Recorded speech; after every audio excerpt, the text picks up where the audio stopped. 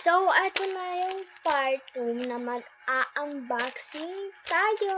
So, eto siya.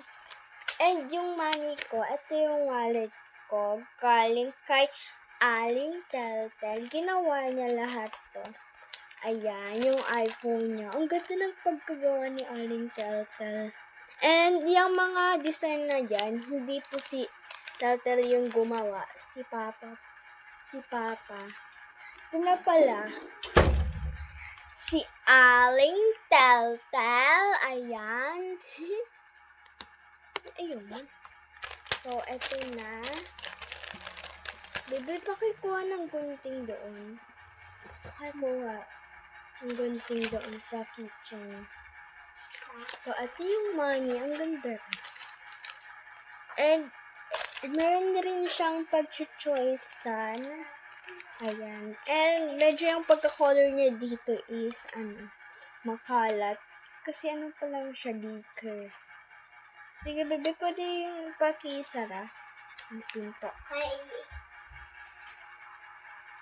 So, yeah, unboxing na natin. Ayan, ang ganda. Ang ganda ng pagkagawa ni Aling Teltel. Ayaw mo. So, tara na, unbox na natin. Ano ba ito? Baliktad yan.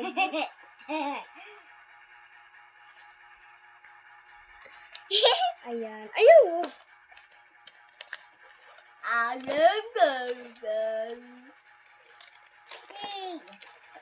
Wow! Oh my God! Ang dami! And dito naman yung mga squishy. Ako yung gumawa. No! Ayan! Joke lang. Siyempre, love na love kita. Basta makikita na namin. Pang-ambot. Ikaw mo naghimo. So, meron siya dito. Ano ba ito? Ito phone. Ito power bank. Ito charger. Mali ata yung spelling niya. Yung charger. Ito AirPods. And ito clear. Clear or ano to, bebe? Ano to? Clay. Ano?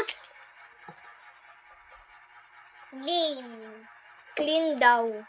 So, ang tagal ng part 2 kaya maglalagay na lang tayo ng part 3.